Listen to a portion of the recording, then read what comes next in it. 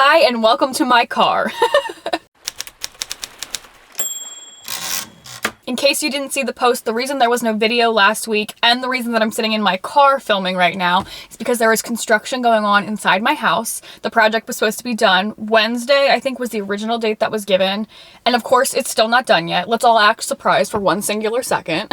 So because I couldn't bring myself to skip yet another week of YouTube videos, we're here in my car. Because I'm in the car, I'm a little limited on the things that I can do, so we're just gonna tell some stories today. But for your entertainment, I'll make them embarrassing stories. I could make a video like this and 6 more of just stories of me falling down, but I didn't want to do that. I wanted to give you some variety, so I made a little list and we'll just go through some of them. I promise I will give you some variety, but we are gonna start off with a story of me falling, but at least this time it's me falling out of a tree. This one's gonna be for my childhood. I did try to include pretty much all the age ranges in here, but we'll start off strong with my childhood. My neighbor and I were outside playing in the backyard and there was this big tree that we desperately wanted to climb, but the first branch was really far off the ground. At the time, I was in my Kim Possible wanna be a spy phase, so I came up with this brilliant idea. I was wearing jeans, and jeans have belt loops. As you also may know, most children have no grasp of the concept of gravity, physics, weight distribution. So I hatched this plan that we would tie a rope through one of my belt loops, and then we would throw the other end of the rope over that first branch that we couldn't reach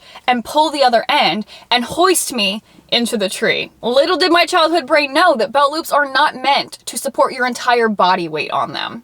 So it ended in disaster, as you might imagine. To be fair to childhood me, it did partially work. I did get off the ground by hoisting myself by a belt loop. That made it worse in the end though, because I was off the ground when the belt loop snapped and dropped me flat on my back onto a root that was out of the ground. It's the kind of fall that just absolutely knocks the wind out of you and you lay there for a moment like, am I dead? Is this the end for me? Clearly, it was not the end for me. But childhood me was certainly not happy. She did not get to climb the tree. She ripped a good pair of pants. She got the wind knocked out of her, a sore back, and her Kim Possible dreams were shot that day. Another embarrassing story that I can't believe I'm going to admit on the internet is that I broke into the wrong teacher's car in high school. Let that sentence just sink in for you. Let me preface this by saying we were not doing anything malicious. We were actually trying to surprise a favorite teacher of ours on her birthday. So it was done all out of love. Back in high school, there was a teacher that everyone loved, and she was never actually my teacher. I only knew her through theater because she always assisted with the musicals, and this teacher absolutely loved her birthday. Loved her birthday like it was a national holiday, and I can relate to that. My senior year in high school, a group of us that had done the musical with her for 4 years got together and decided we were going to make her birthday extra special this year. We brought in baked goods and cards and presents and made sure as many people as possible were telling her happy birthday, but we decided that we wanted to pull off one little surprise. We all got together during our free period, made these big happy birthday posters for her, and the plan was to sneak them into her car before musical rehearsal, so when she left rehearsal, her car was fully filled with all of these beautiful happy birthday wishes as one last surprise for the day. One of the people who was a part of this group was a stagehand and had often had access to her car to go get props and such out of it. She knew the make, the model, the color of her car and could get her keys for us so that we could sneak them in there. Our stagehand friend does her part. She gets us the keys, tells us the make, model, and color of the car, and we are off into the parking lot to go decorate this car. We find the car that matches the description. We pop open the door, we get in, we're decorating, we're making great time. We get out of the car once it is fully decorated, and I try to lock the car, and the car won't lock, but another car is beeping. It took us a good 30 seconds to realize what was happening, and that there was another teacher at the school with the same make and model of car who had left their car unlocked. I wish you could have seen the look of panic that set in on our faces when we realized that at any second a teacher could come out and we would just be in their car. Like, we were all good friends with the teacher whose car we thought we were decorating, so even if she had walked out, it would have been like, haha, happy birthday, whatever. We have no idea whose car this is and how they're gonna take it. So we scramble, we are frantic, we are running around grabbing posters out of things, trying to make sure we didn't knock anything over or disturb anything. We take off running across the parking lot. We get to the proper car. We decorate it, we lock it. We race as fast as we can across the parking lot to get back inside and just pray that no one watched this debacle go down. We had a great laugh about it once it was all over and done with, but I swear I thought I was gonna have a heart attack at the ripe old age of 17. It all worked out, but I did break into the wrong teacher's car in high school. Okay, let's tell an embarrassing social media story because I feel like you guys will get a kick out of this one. Let me set the scene for you. It is fall semester of my freshman year in college. I didn't really have any social media in high school, so I'm just now starting to get Instagram and Twitter and stuff like that. This story is specifically about Twitter. At this time of my life, I was using Twitter like it was a group chat. Like I had maybe max 7 followers and I was following like 7 people because it was just my close-knit group of friends. So I was just tweeting stuff out that I was trying to update them on. Since I was treating Twitter like a group chat, I probably should have made my Twitter private so no one else could stumble upon this. But I did not. And that is where my error lies here. During my fall semester of freshman year, I had this big fat crush on this guy. And I thought he had a big fat crush on me back, but we hadn't addressed any feelings. At this point, we were just friends. He sent me a text the one day and asked me if I wanted to help him with his science project. And I was like, sure, what is it? And he was supposed to go outside and count squirrels because he was taking some science class where he had to calculate population density or something like that and needed to like take a sample size of how many squirrels he saw.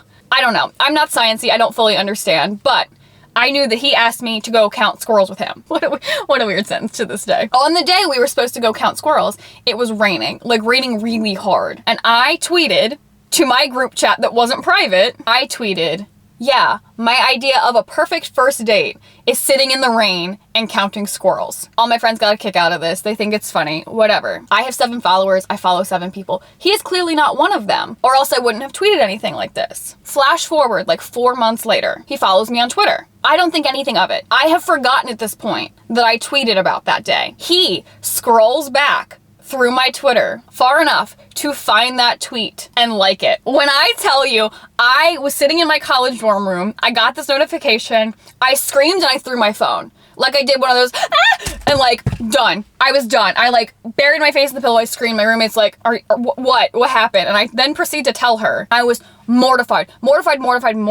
Looking back now though, I'm like, why on earth did you stalk me so hard on Twitter? I was tweeting things constantly in college. I know you had to scroll back quite a ways to go find that squirrel tweet. Why were you scrolling so hard? But in the moment, I was mortified. Embarrassed does not even begin to describe it. If the angle of this shot just changed, I am so sorry. My camera overheated and then fell over because I'm recording in my car right now, and I think it's probably going to overheat again. So we're gonna rapid fire some stories of me falling down for you to end this video. One time I was at a concert that had a couple thousand people there, and I had floor seats, and they had set up all these metal folding chairs for the people who had floor seats. My friends and I had seats towards the back, so we couldn't see much, so we decided it would be a great idea to stand up on said chairs so that we could sing and dance our little hearts out with a better view. And you know what? It was great for a while. And then I was klutzy Icarus. I flew too close to the sun, and by that I mean I stepped too close to the back of the chair, and it folded up with me inside it. So now I'm on the ground, trapped in a metal folding chair. While the concert is still going on, there's people turn to stop and look at me. My friends have to get off their chairs to help like pry the chair open, help me crawl out. And I can't even say they were trying to help me preserve any of my dignity because there was none left. It was on the floor back there. We could not pick that up. We scraped me off the floor, but my dignity was left behind. Moral of that story, maybe don't stand on folding chairs. One time in middle school, a friend and I were walking down this big flight of stairs, and someone called her name from the top, and she turned around to see who it was and tried to at the same time continue walking, slammed right into me, and we both went down an entire flight of stairs. In the process, I was bruised, battered, and broke a shoe, which means for the rest of the day I had to walk around with one shoe on, one shoe off. That was a humbling experience, as if middle school wasn't bad enough. But that is one of the few stories I get to attribute to someone else's klutziness, and not my own. So, tiny silver lining, I guess. One time in college, my friends and I decided to walk to this off-campus party in the dead of winter because we didn't want to pay for a cab. And yes, I mean cab because this was before the time of Lyft and Uber. So we walked, and it was cold, but it was fine, and it had recently snowed. That was also fine. And we get to the party, and people are going down the steps to get to this house so slowly. In hindsight, I guess it was because it was icy, but I'm impatient. I walk too fast. My friends and I decide we're gonna go around. I went down this small little hill to bypass the steps. What was waiting for me at the bottom of the hill was a sheet of black ice though. So I went right down the hill and then right up parallel to the ground and slam back down. And I do mean fully parallel to the ground. I watched my feet come up to eye level. I saw the sky above me. I slammed down onto the ground. I heard the sheet of ice crack beneath me. And then I'm just laying there, laughing, hysterically laughing, because I think it's so funny when anyone falls, including myself. Like, I can't help it. Even if I'm in pain, I will laugh. So I'm just laying on the ground, laughing. 3 friends are with me. 2 out of 3 are doubled over, trying not to pee their pants laughing. So they can't help me. It then falls to my shortest, most petite, most lovely friend to come over and try to help pick me off the ground, but she can't get me up because I'm laughing too hard that I can't stand up. I literally had to tell her, I was like, just leave me for a second, let me laugh it out, and then I'm good. When I was finally done laughing, I got myself up off of the ground, and the guy standing outside the party letting people in gave me a little standing ovation and then let us skip the line right into the party. So you know what? That time it was worth it. My klutziness did something for all of us that day. Okay, I honestly have a million more stories of me falling down, so if you ever want a part 2 to this, let me know, but I'm gonna cut this short because this camera keeps overheating because I'm in a car with the windows up trying to preserve any sound quality on this video. Thank you guys so much for your patience while I have to make some different content while there's construction going on inside my house. If you for some reason like this video, please give it a thumbs up and subscribe below, and I'll see you guys next week in hopefully a better setting. Bye!